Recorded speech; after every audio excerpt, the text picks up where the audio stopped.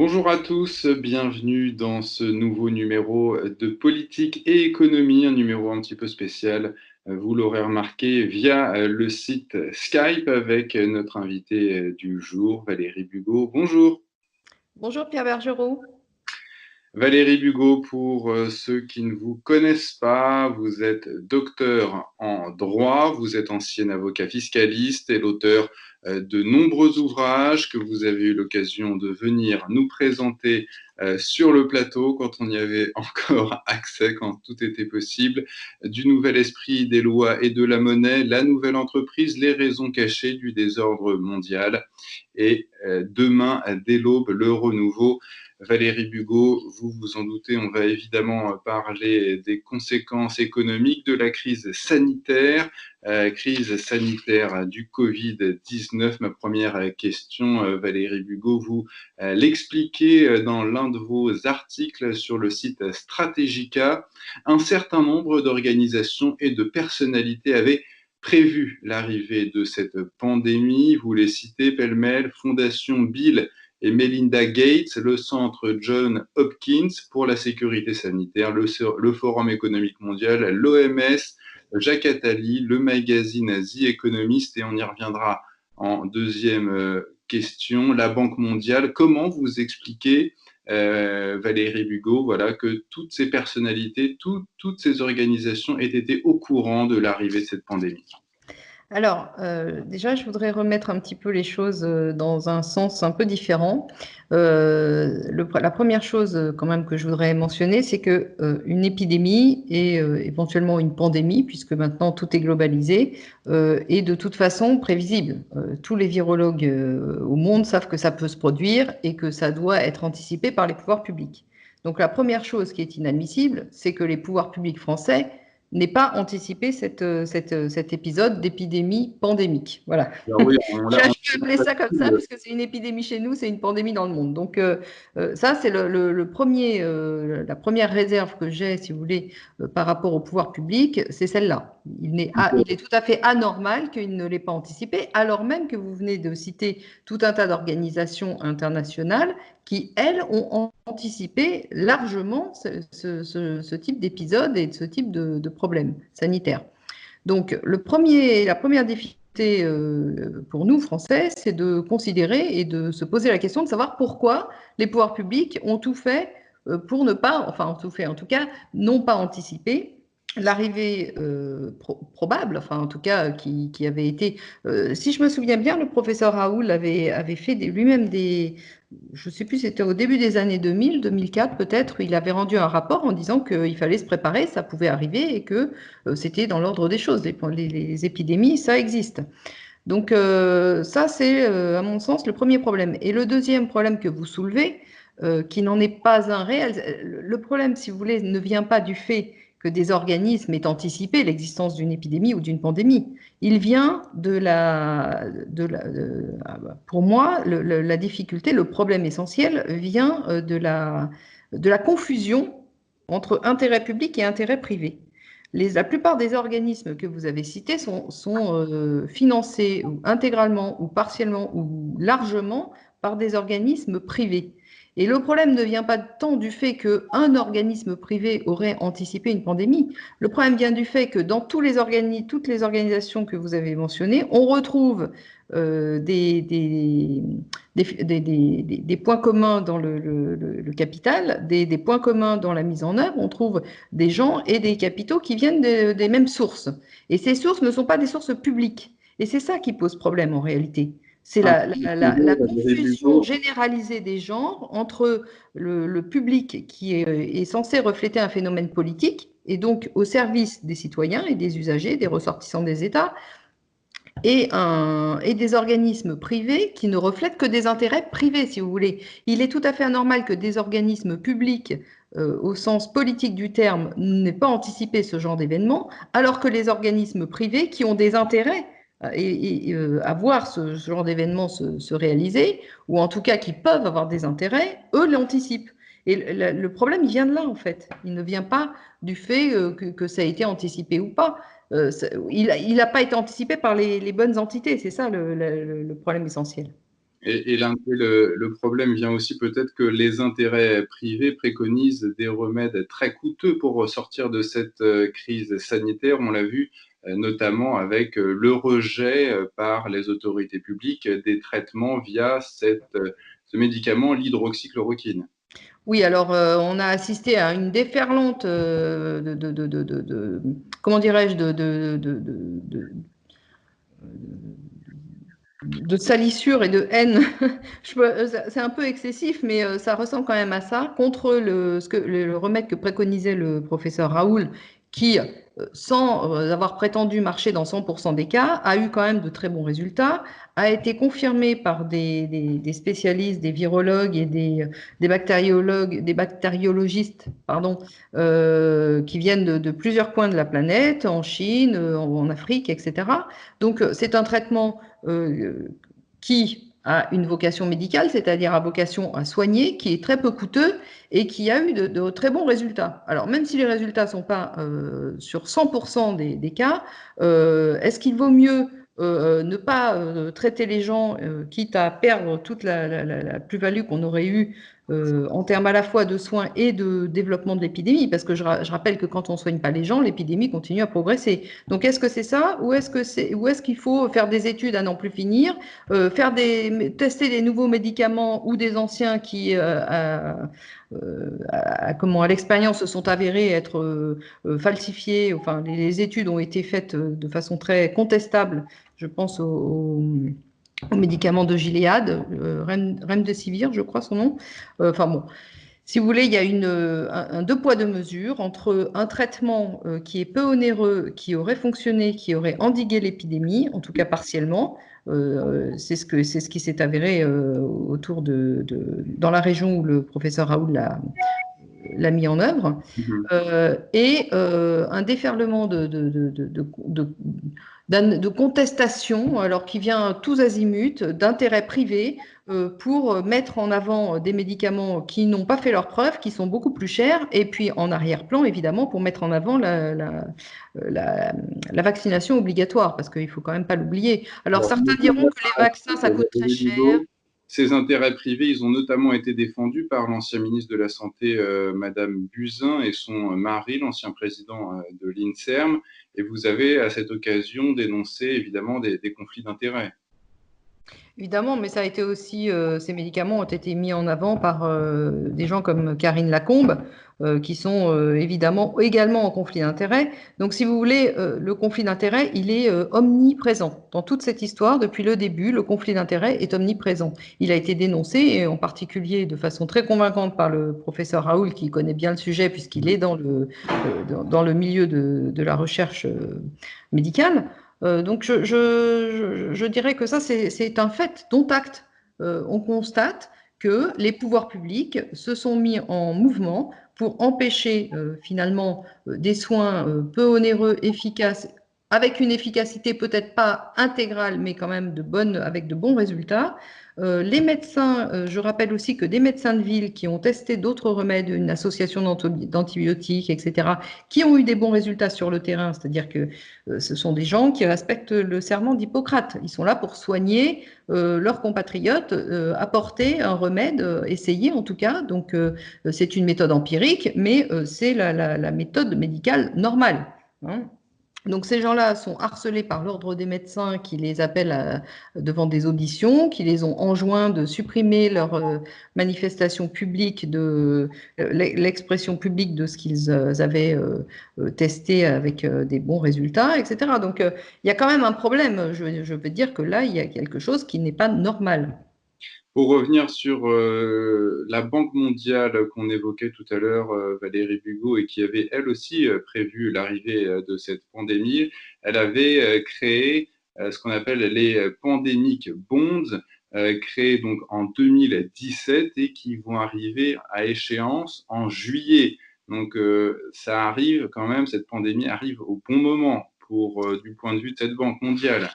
Oui, alors le sujet des pandemic bonds, il est assez compliqué parce qu'il n'est pas en soi négatif de se préparer à des produits financier qui aurait pour fonction d'assurer un dommage si le dommage se réalisait.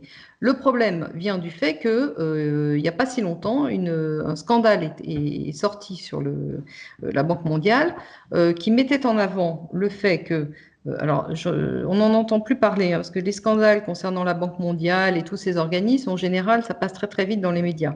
Néanmoins, le scandale consistait à dénoncer la chose suivante, c'est que la Banque mondiale, dans sa fonction de générer des prêts aux pays en grave difficulté financière, les pays les plus pauvres du monde, parmi ces prêts, une partie des prêts n'arrivait jamais à destination. En fait, l'argent qui était promis à ces pays n'arrivait jamais à destination. Et un organisme avait mis en exergue le fait que l'écart entre le montant promis et le montant qui arrivait se retrouvait dans les mêmes proportions dans les flux vers les paradis fiscaux. Donc, en fait, il y a tellement eu de scandales qui émaillaient l'existence et la pérennité de cet organisme international qui est la Banque mondiale, qu'on peut quand même se poser de très sérieuses questions sur la légitimité de cette organisation qui n'est pas contrôlée par aucun mouvement politique au monde à émettre des produits dérivés sans aucun contrôle et alors qu'on ne sait pas si ces produits dérivés serviront in fine à 100% à l'objectif auquel ils répondaient. Valérie Bugeaud, on a assisté ces dernières semaines à un flot absolument impressionnant de fake news et à ce titre, vous comparez cette crise sanitaire avec la menace terroriste en évoquant justement un mélange de réel et de fiction. Qu'est-ce que ce flot de fake news vous évoque ? Alors, moi, je n'ai pas comparé la pandémie avec la menace terroriste, mais ce que l'on constate, c'est que effectivement, dans un cas comme dans l'autre, on a tout un tas de... À partir du moment, si vous voulez, où certaines informations commencent à sortir, à circuler, on a un afflux tout d'un coup massif d'informations tous azimuts qui vont dans tous les sens. Et ça rappelle, si vous voulez, ça ne peut que faire penser à des méthodes de contrôle de l'information qui consistent à noyer la vérité sous un flot continu d'informations moitié vraies, moitié fausses, de façon à ce que les gens ne sachent plus s'y retrouver et soient perdus et ne sachent plus qui croire. Et vous savez, dans le projet, enfin dans le rapport préliminaire au Code civil que Portalis avait présenté, il a expliqué qu'il y a des époques où on n'a pas d'informations par manque de texte et d'autres où on a trop d'informations, on n'a pas d'informations par trop de textes. Et là, typiquement, aujourd'hui, nous sommes dans une forme de guerre de l'information qui fait que le surplus de documentation, d'information nuit en fait à la compréhension du réel. Voilà. On crée, il y a une forme de création artificielle de flux qui fait que les gens ne savent plus où donner de la tête, ne savent plus croire, ne savent plus où diriger leur attention en réalité. Et justement, qui profite de ce trouble ? Ah bah, écoutez, celui qui profite du trouble, c'est celui qui génère ces flux surabondants. Et ce qui paraît relativement aisé à percevoir, c'est que à partir du moment où les vérités ont commencé à sortir, où les gens ont commencé à dénoncer certaines choses, si vous voulez, cet afflux d'informations est arrivé. Donc on se dit, ceux qui ont intérêt à générer la confusion dans le public sont ceux qui n'ont pas intérêt justement à ce que la vérité sorte. Donc à ce que les contestations se développent, et moi j'ai envie de vous dire, avec tous les acquis que j'ai de connaissances, c'est de dire que en fait ce sont les gens qui contrôlent le phénomène politique qui n'existe plus en réalité, c'est-à-dire les tenanciers du système économique et monétaire qui ont intérêt à ça, puisqu'ils n'ont pas intérêt à ce que leur homme de paille, qui est le personnel politique et l'organisation politique fallacieuse actuelle, soit mise à jour. En fait, l'intérêt, il est là. Alors après, donner des noms précis, en l'occurrence, je ne pourrais pas le faire, mais bon, on se doute bien que si l'information consiste à nous faire passer les vaccins pour un remède miracle, on se doute bien que ceux qui ont intérêt à ça, c'est les laboratoires qui fabriquent les vaccins. je vous donne un exemple, c'est une illustration, elle vaut ce qu'elle vaut, mais voilà. Autre réflexion relevée dans Excusez-moi. oui. C'est plutôt je vous propose plutôt, et je propose à vos auditeurs une méthodologie de compréhension du réel. Et ça me paraît beaucoup plus important que se focaliser sur un nom ou un fait précis à un moment donné qui n'aura pas qui ne permettra pas de suivre une réalité. Autre réflexion que vous avez développée, Valérie Bugeaud, ces dernières semaines, vous semblez dire que le pouvoir aurait aidé la situation de crise à s'installer pour mieux nous en sauver. C'est un petit peu la théorie du pompier pyromane. Est-ce que vous n'avez pas l'impression qu'aujourd'hui la situation va être trop grave pour que l'État puisse nous en sortir? Bah, écoutez, il y a quand même un phénomène troublant, c'est qu'un décret a interdit aux médecins de ville de prescrire la chloroquine ou l'hydroxychloroquine. Alors là, il va falloir quand même que les gens qui sont derrière ce décret, donc on parle là du ministère de la Santé et peut-être du Premier ministre, je n'ai plus les signataires en tête précis, mais ce décret est facilement retrouvable. Il va falloir quand même que ces gens-là expliquent la raison pour laquelle ils ont interdit de façon autoritaire, arbitraire et nationale aux médecins prescripteurs de prescrire ce médicament qui est en libre prescription depuis 50 ans, que tous les militaires connaissent par cœur, qu'ils en ont pris plusieurs fois. Alors, je ne dis pas que ce médicament est tout à fait sans risque. Tous les médicaments comportent un risque si on les prend en quantité excessive. Mais là, il va falloir quand même que ces gens, ces politiques, expliquent la raison profonde qui a justifié de porter atteinte à la liberté de prescription médicale, alors dans un contexte où justement ce médicament-là aurait été utile. Donc là, excusez-moi, mais bon, ça s'ajoute aux multiples autres éléments où il y a eu des disparitions justement de ce médicament à la pharmacie centrale, des disparitions de masques qui ont été éliminés au fur et à mesure du temps. Parlons même pas des réductions de lits à l'hôpital, parce que là, vous voyez bien qu'on est dans un processus de longue durée. En fait, c'est pas les équipes actuelles ne sont que les continuatrices des équipes antérieures, des équipes politiques antérieures qui ont fait en sorte que ce genre de pandémie et d'épidémie ne soit pas, comment dirais-je, prévu et anticipé. On a beaucoup entendu ces dernières semaines, Valérie Bugeaud, ce terme de Big Pharma, un terme pour désigner l'industrie pharmaceutique. Quel est le problème en réalité avec Big Pharma? Le problème avec Big Pharma, c'est le problème de la cartellisation, hein, ce mouvement de regroupement d'entreprises qui font qu'il n'y a plus aucune place pour les petites et moyennes entreprises, que tout est racheté par des très grosses industries avec des forces de frappe financières terriblement efficaces et des soutiens bancaires tout aussi efficaces. Ce système de cartellisation a été mis en place, je le rappelle, au début du XXe siècle, en particulier pour développer les très grosses industries à l'époque pétrolière, aussi en termes de rail, de développement du rail aux États-Unis, et qui a créé un lien entre la finance, entre les banques et entre les industriels qui géraient ces cartels, si vous voulez. Bon, je ne parle même pas d'Ig Farben, etc. Mais le problème avec Big Pharma, c'est justement que toute ce type d'activité a été cartellisé et est dans les mains de quelques très grosses entités qui sont soutenues par, évidemment, les banquiers. On a évoqué également ces dernières semaines ce laboratoire P4 de Wuhan, Valérie Bugeaud, qui aurait été exporté par la France. En tout cas, c'est ce qu'on pouvait lire dans le Figaro. Certains estiment que le coronavirus aurait pu en sortir. En tout cas, c'était la thèse du professeur Montagnier. Écarté par tous les spécialistes sérieux, rapporte le Figaro. Qu'est-ce que vous pensez de cette thèse d'une épidémie qui serait sortie de ce laboratoire? Alors, je ne suis pas compétente pour vous répondre sur la question de savoir si des humains sont capables de fabriquer un virus, dans quelles conditions, etc. Néanmoins, quand même, de façon absolument logique et vu d'un regard amateur et de l'extérieur, il n'est pas exclu que, par exemple, une combinaison de deux virus ou plusieurs virus ait échappé au moment des manipulations dans ce type de laboratoire secret.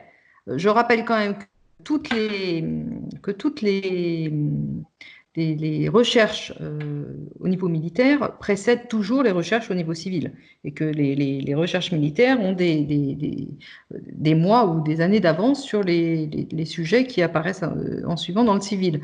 Alors, on a effectivement le laboratoire P4 de Wuhan qui a posé problème dans les médias, mais on a aussi le laboratoire à Fort Detrick qui a posé problème dans les médias et qui même a été fermé par les autorités politiques américaines à l'été 2019. Donc, si vous voulez, depuis le début de cette pandémie, les laboratoires secrets ont été plus ou moins sur le devant de la scène. Maintenant, je ne suis pas outillée, ni armée, ni avec les bonnes informations pour vous affirmer de façon certaine que le virus sort de ce type de laboratoire et s'il sort de ce type de laboratoire, duquel? Vous voyez, ça, je ne peux pas vous répondre. En revanche, on ne peut que constater que ces laboratoires de type militaire et de type secret ont été mis en avant relativement tôt dans cette histoire de pandémie, que les Chinois ont été accusés, à mon avis injustement, puisqu'ils ont quand même été les premières victimes, qu'eux-mêmes ont répliqué en disant ce virus ne vient pas de chez nous, mais vient de Fort Detrick aux États-Unis, et qu'il a été propagé par les GI lorsqu'ils sont venus participer aux Jeux militaires internationaux qui ont eu lieu à Wuhan en fin octobre, je crois, 2019. Donc moi, je ne peux pas, si vous voulez, non seulement j'ai cassé ma boule de cristal, mais je ne suis pas non plus experte dans ce genre d'armes bactériologiques, donc je ne peux pas vous répondre techniquement, mais je peux vous répondre d'un point de vue, comment dirais-je, structurel, en mettant en avant que, effectivement, on ne peut quand même pas exclure a priori que ce genre de fuite ait eu lieu, sachant que on ne sait pas si cette fuite serait de toute façon d'origine volontaire ou involontaire. Donc il y a énormément d'inconnus dans cette équation. L'inconnu provient de savoir si on est capable de fabriquer un virus, si ce virus a pu fuiter, s'il a fuité de façon volontaire ou involontaire. Enfin, c'est assez difficile de l'extérieur et sans connaissance interne de tous ces processus bactériologiques de vous répondre. La fondation Bill et Melinda Gates parle aussi beaucoup de ce vaccin que les scientifiques devraient mettre au point d'ici la fin de l'année, en tout cas dans les meilleurs temps. Il y a également des rumeurs de puçage. Qu'est-ce que vous avez à nous dire concernant justement l'élaboration de ce vaccin et ces rumeurs de puçage général? Qu'est-ce que ça vous évoque? Bon, alors déjà, il faut repartir des faits. Les faits, c'est que dès le début, on nous a, dans les médias, sont sorties des possibilités de vaccins contre le coronavirus, de la même façon qu'il existe un vaccin contre la grippe. Ça, c'est la première chose. Deuxièmement, on a vu apparaître dans les médias, toujours dans les médias dominants, des idées selon lesquelles les vaccins auraient fait un saut qualitatif, pardon, pas quantitatif, mais qualitatif, et qu'aujourd'hui, il pourrait inclure des ARN messagers qui les rendraient plus efficaces. Donc une technologie nouvelle qui inclurait des ARN messagers. Donc, on rappelle que ça a été mis en œuvre par des gens comme des entreprises comme Monsanto pour les ARN messagers ont été très tôt développés par ce genre d'entreprise pour contrer la législation qui s'avançait de lutte contre les OGM. Bon, déjà, ça attire l'attention. Troisièmement, je suis tombée sur un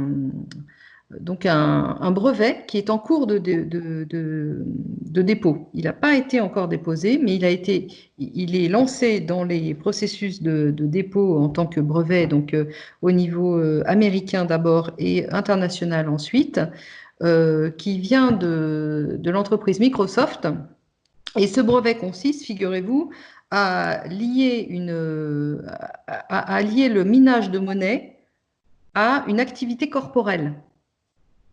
Alors donc, je ne sais pas si vous imaginez ce que ça signifie, les enjeux qui sont derrière ce genre de brevet. Alors, certes, le brevet n'est pas encore déposé, etc., etc. Néanmoins, on ne peut nier que l'entreprise Microsoft ait fait les démarches pour déposer ce genre de brevet, que quand on fait ce genre de recherche, eh bien, on a quand même une petite idée derrière la tête de lier la création monétaire à une activité corporelle. Ça devrait quand même poser problème aux gens qui ne sont pas derrière tous ces processus de fabrication du contrôle. D'autre part, je rappelle que on est en plein dans les processus de numérisation des carnets de santé, etc., et des données dématérialisées qui vont devenir de plus en plus dématérialisées, et que cette histoire de pandémie, de virus et d'épidémie permet de façon relativement spontanée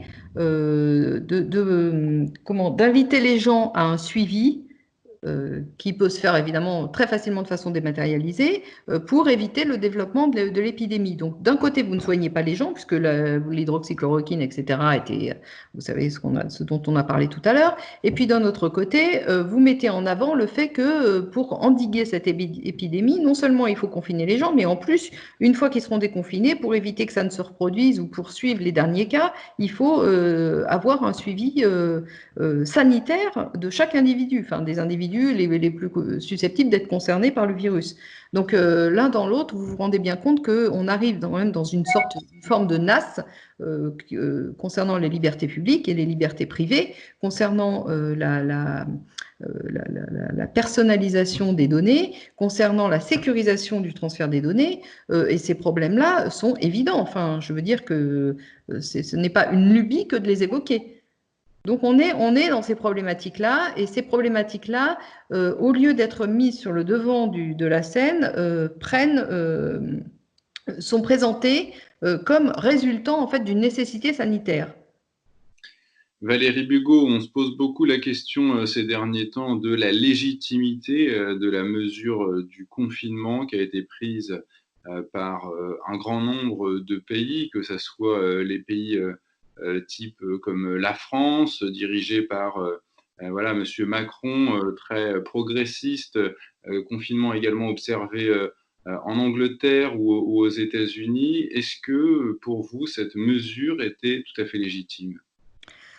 Alors, je ne suis pas suffisamment bonne bactériologue pour vous répondre sur la légitimité médicale de la Mais vous mesure. avez une opinion. Oui, j'ai une opinion. L'opinion vient du fait que de l'écart constaté avec vous plus tôt dans l'émission entre le phénomène de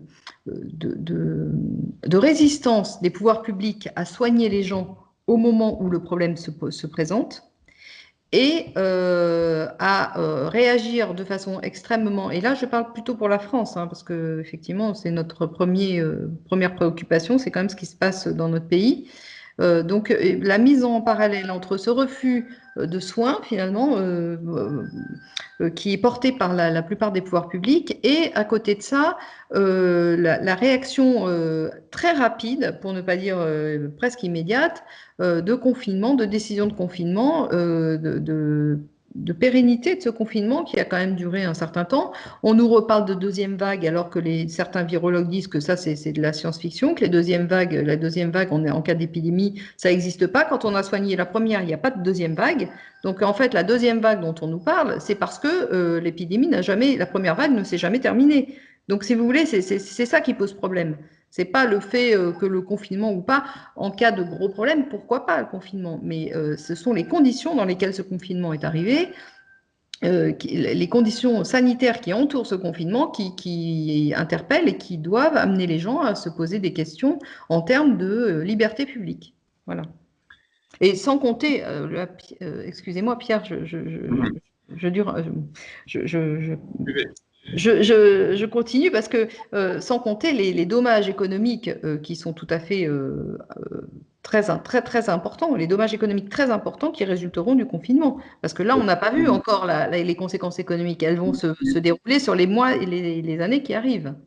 Les fermetures d'entreprises, les fermetures de commerces ont déjà commencé. Moi, en tout cas, près de chez moi, j'ai constaté des fermetures de restaurants, des fermetures de magasins de prêt-à-porter, de magasins de chaussures. Et il y a des activités qui vont être totalement sinistrées. Enfin, tout ce qui est hôtellerie, tout ce qui est visite, tout ce qui est euh, Cinéma, théâtre, enfin tous les lieux qui reçoivent du public, et puis toutes les entreprises liées à l'événementiel. et au tourisme. Mm. Comment est-ce que vous voyez les conséquences sur l'économie française d'ici la fin de l'année? Alors, beaucoup de spécialistes se sont déjà prononcés. On parle d'une réduction de 15 à 20% du PIB en fin d'année, sachant que quand on parle de PIB, déjà, c'est pas un indicateur qui est très, très, très pertinent d'une façon générale pour mesurer la richesse créée. Mais quand on parle de PIB, on ne parle pas de ce qu'il y a derrière, parce que le PIB, c'est des chiffres. Après, on vit dans un monde avec des humains, il y a des conséquences humaines. Les conséquences humaines, c'est quoi? Ça va être les entreprises en liquidation, ça va être les salariés licenciés, ça va être la dette publique qui augmente, donc il faut la payer.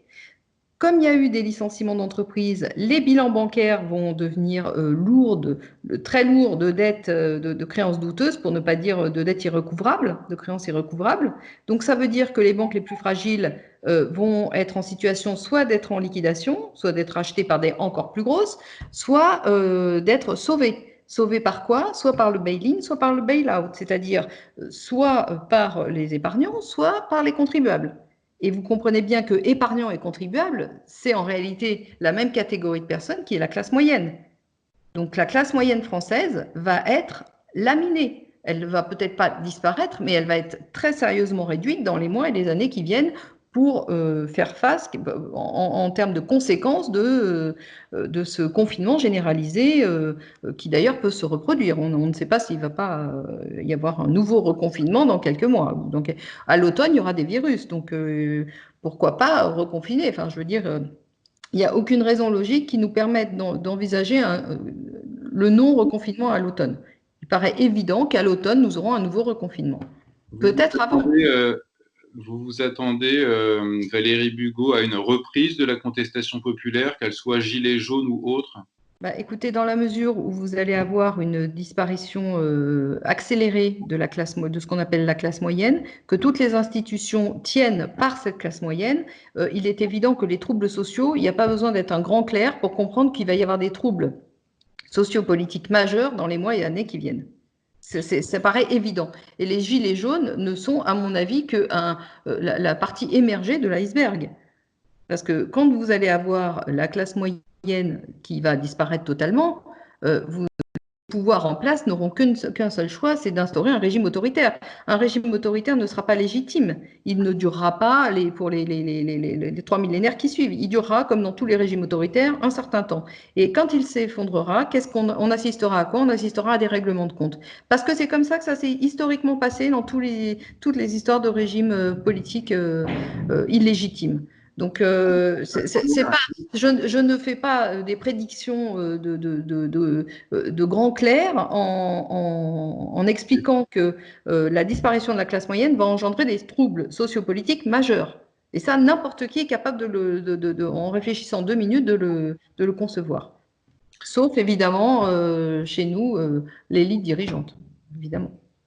Sous quelles conditions la France pourrait-elle se relever de cette crise économique? Est-ce qu'on peut, au fond, continuer à utiliser le même système, par exemple, de soumission à l'Union européenne?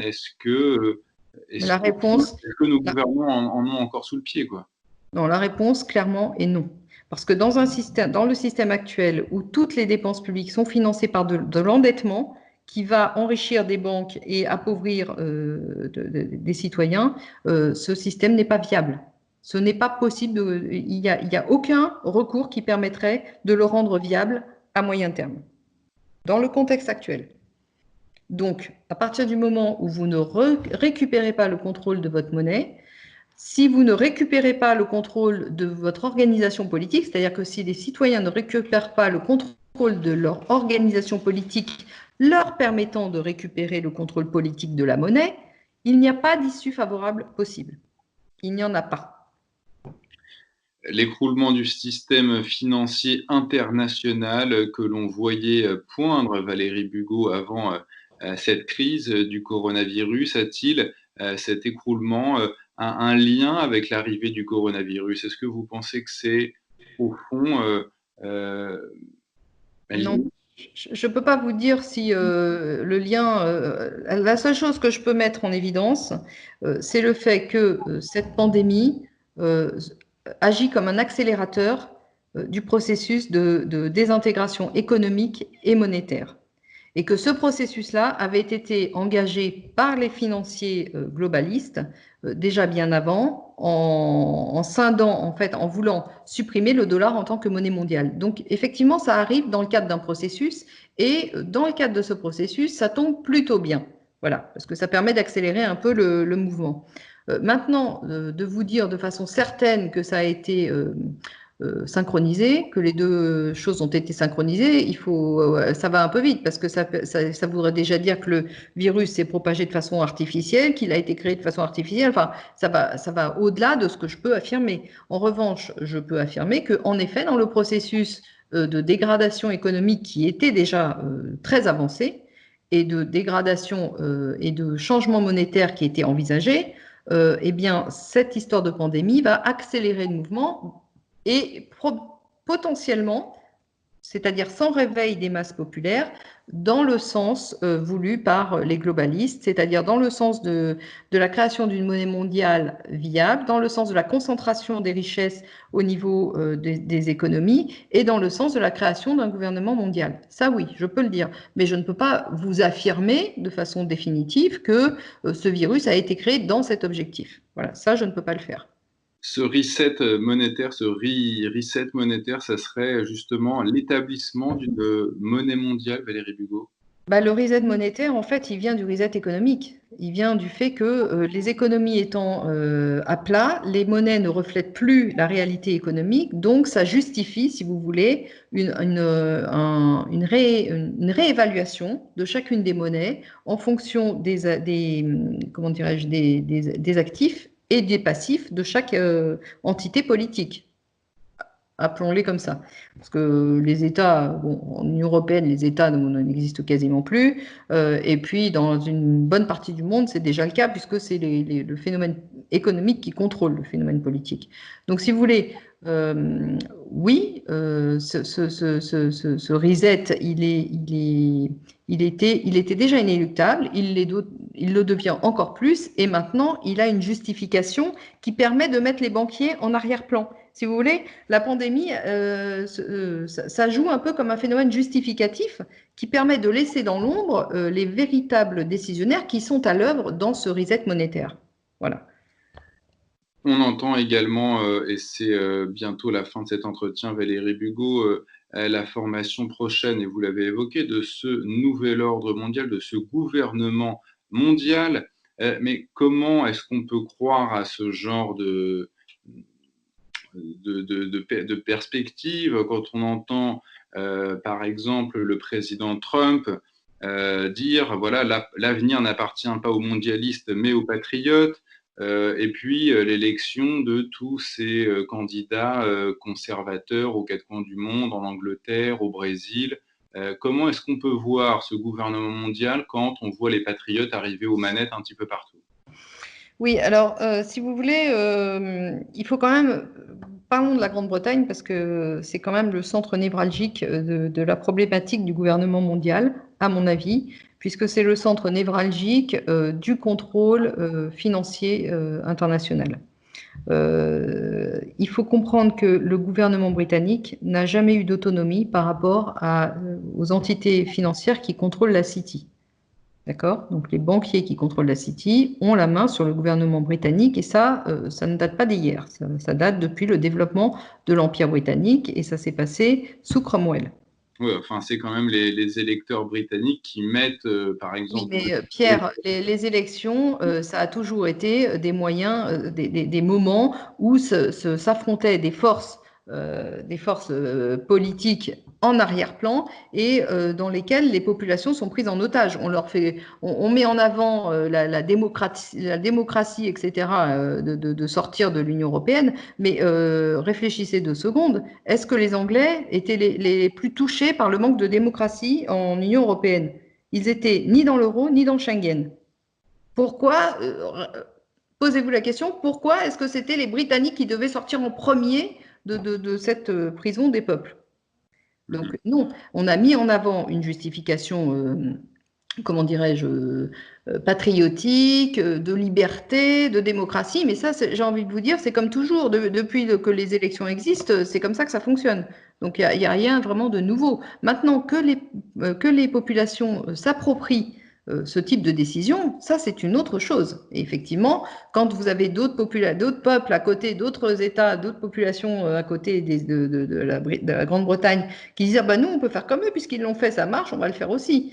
Là, c'est tout un autre processus qui entre en œuvre. Mais ce n'est pas le processus qui est voulu par l'élite financière britannique, hein, ça clairement. Eux, ils voulaient sortir, mais pour que le reste se renforce, en fait. Pour que l'intégration européenne reste dans leurs mains, mais qu'ils la contrôlent d'une autre façon. Parce que là, ils en perdaient le contrôle justement parce qu'il y a eu une scission dans les élites politiques et financières américaines entre les globalistes et les patriotes. Et maintenant, on assiste à ça à l'intérieur même de l'Union européenne, qui est le fruit de la domination américaine. Terminons, chère Valérie Bugeaud, par cette petite conclusion en disant que voilà, votre travail finit par payer. Vous avez été repéré par une association, vous allez nous en parler, qui vous a classé dans son catalogue de gros méchants. Oui, alors Conspiracy Watch, dont le nom est parfaitement bien français, comme tout le monde peut le constater, qui comporte, si j'ai bien compris, deux personnages. Alors Rudi Reichstadt et puis une femme qui s'appelle Valérie, je ne sais trop quoi, et qui s'occupe de charger. Comment c'est un peu le ministère de la vérité, si vous voulez. Il s'occupe de déterminer parmi les voix qui s'élèvent publiquement, et en particulier celles qui ont quand même de l'audience. Donc, tant qu'on n'a pas d'audience, on n'intéresse pas vraiment ces gens-là. Mais à partir du moment où vous commencez à avoir un certain écho dans la population, ces gens-là s'occupent de rétablir la vérité, si vous voulez. Alors, ça fait penser un peu, effectivement, on a attiré mon attention là-dessus, ça fait penser un peu à l'Observatoire des droits de l'homme qui avait cours en Syrie et qui était tenu par une seule personne en Angleterre et qui décrétait la pluie et le beau temps, qui disait où est le vrai, le juste, le bon, le mauvais. Enfin, c'est tout à fait grotesque. Et alors là, on arrive vraiment dans des situations tout à fait kafkaïennes, hein. On est vraiment là dans le monde post-démocratique. Ça apparaît maintenant de façon évidente.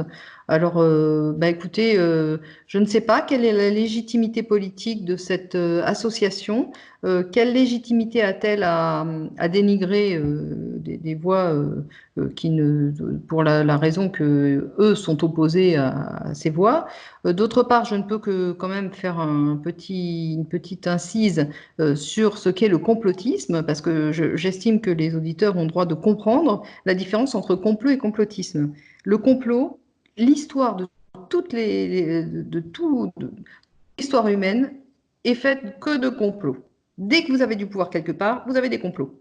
Et le complotisme est né au moment où Kennedy, après l'assassinat de Kennedy, à l'instigation de la CIA, pour couper la parole et la crédibilité, pour empêcher la diffusion de discours, comment dirais-je, sceptiques par rapport à la narration politique publique. Donc en réalité, le complotisme est une arme dans les mains des comploteurs pour décrédibiliser tout scepticisme et toute contestation d'un discours public établi.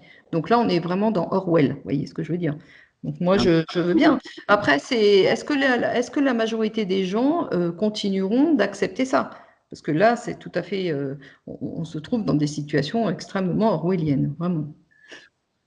Nous verrons tout cela dans les prochaines semaines, les prochains mois. Valérie Bugeaud, évidemment, je pense qu'on vous recevra de nouveau à la rentrée de septembre. Je pense que d'ici là, beaucoup de choses, beaucoup d'eau aura coulé sous les ponts. En attendant, je vous souhaite, Valérie Bugeaud, un bon été. Et chers téléspectateurs, on se retrouve pour un nouveau numéro de Politique Éco. Je pense que ce sera Monsieur Charles Gaff qui viendra nous rendre visite. Merci, Valérie Bugeaud. Merci Pierre Bergerot pour votre invitation.